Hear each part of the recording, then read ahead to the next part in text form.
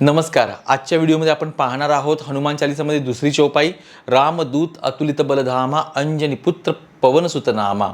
यामधला रामदूत शब्द मला खूप आवडतो. हनुमान जो आहे हा अतिशय कृतज्ञतेचं प्रतीक आहे. त्याच्या मनात सतत एक आहे गोष्ट की मी रामाचा दूत आहे. तुलसी रामायणामध्ये वर्णन असं आहे की ज्या वेळेला हनुमान सीतामाईंना भेटायला जातो लंकेमध्ये, तर त्यावेळेला त्या घाबरतात. त्यांना असं वाटतं की कोणीतरी रावणाने याला पाठवलेलं आहे की काय, आणि त्या विचारतात की तू कोण आहेस, कुठून आलायस, तुला रावणाने तर पाठवलेलं नाहीये. तर इतका बलशाली हनुमान आहे, इतका बलशाली आहे की त्याला वारा थांबवू शकत नाही, पाणी बुडवू शकत नाही, वज्र पकडू शकत नाही, त्याला अग्नी जाळू शकत नाही. असं असताना देखील तो बोलतो, रामदूत में मातु जानकी सत्य सपथ करुणा निधान की. हे आई, माझी एवढीच फक्त ओळख आहे का मी रामाचा दूत आहे.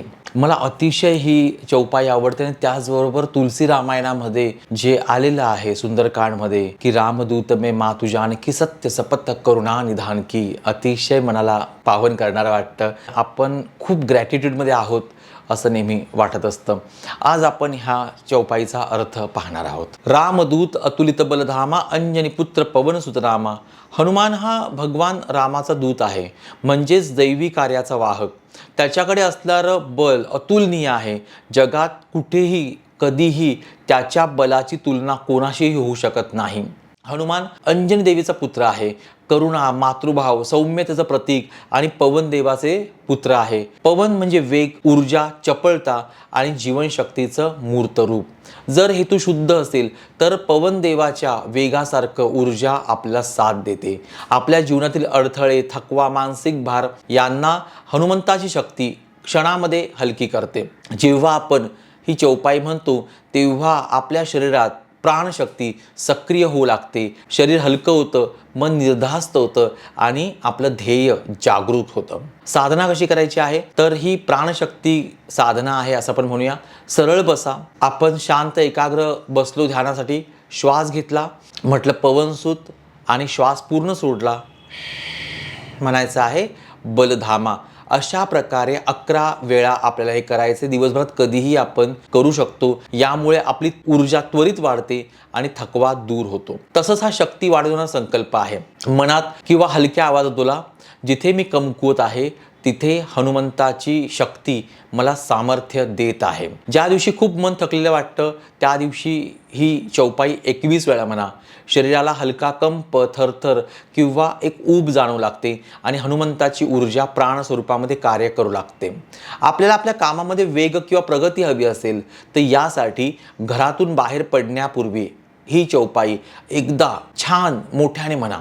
अडकलेली कामं, जुनी कामं, तसंच कुठल्या कामाविषयी मनामध्ये भीती असेल तर ती भीती पूर्णपणे निघून जाईल. हनुमंताची ही ऊर्जा आपल्या आयुष्याची वाट जी आहे ती पूर्णपणे साफ करतं आणि आपल्याला छान मार्ग दिसतो. विद्यार्थ्यांसाठी किंवा ऑफिसमध्ये काम करण्यासाठी यांचं एखादं प्रेझेंटेशन असेल, एखादा अवघड प्रोजेक्ट आहे किंवा एकाग्रतेची गरज असेल तर ही चौपाई 5 वेळा म्हणा.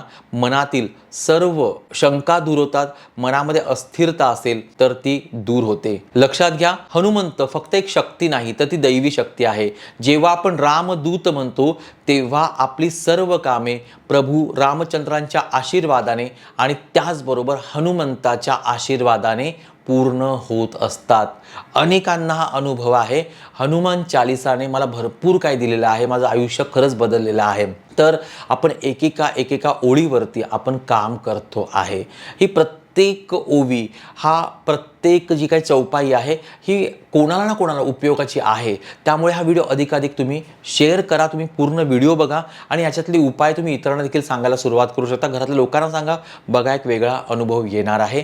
हनुमंताची ऊर्जा खरंच महान आहे आणि सर्वात महत्त्वाची गोष्ट का ती निस्वार्थी आहे. हनुमंत निस्वार्थी आहे. दिनांक 21 आणि 22 फेब्रुवारी 2026ला रात्री 8 वाजता झूम लाईव्ह आपण करतो आहे. Ho'oponopono, I am sorry, please forgive me, thank you, I love you. हे 4 वाक्य देखील आपलं आयुष्य बदलू शकतात जर आपण ते टेक्निकली शिकलो असेल तर. याच्या माध्यमातून ते सगळं टेक्निक आपण शिकणार आहोत आणि या कोर्स बरोबर आपल्याला एक ई-बुक मिळणार आहे. तर तुम्ही या कोर्सला ॲडमिशन घ्या आणि बघा की आपलं ज्ञान आपला अजून वाढवण्यासाठी जे जे काही आपल्या जीवनातले अडथळे ते निघून जाण्यासाठी आणि आपल्याला भरपूर प्रगती होण्यासाठी हे होपोनोपोनो काम करतं. व्हिडिओ अधिकाधिक शेअर करा. भेटूया पुढच्या व्हिडिओमध्ये. तोपर्यंत हनुमंताची सेवा करत राहा आणि हनुमान चालीसा आणि त्याचबरोबर हा प्रत्येक ओवी जी आहे याच्यावर लक्ष केंद्रित करून ती देखील म्हणत राहा. जय हनुमान.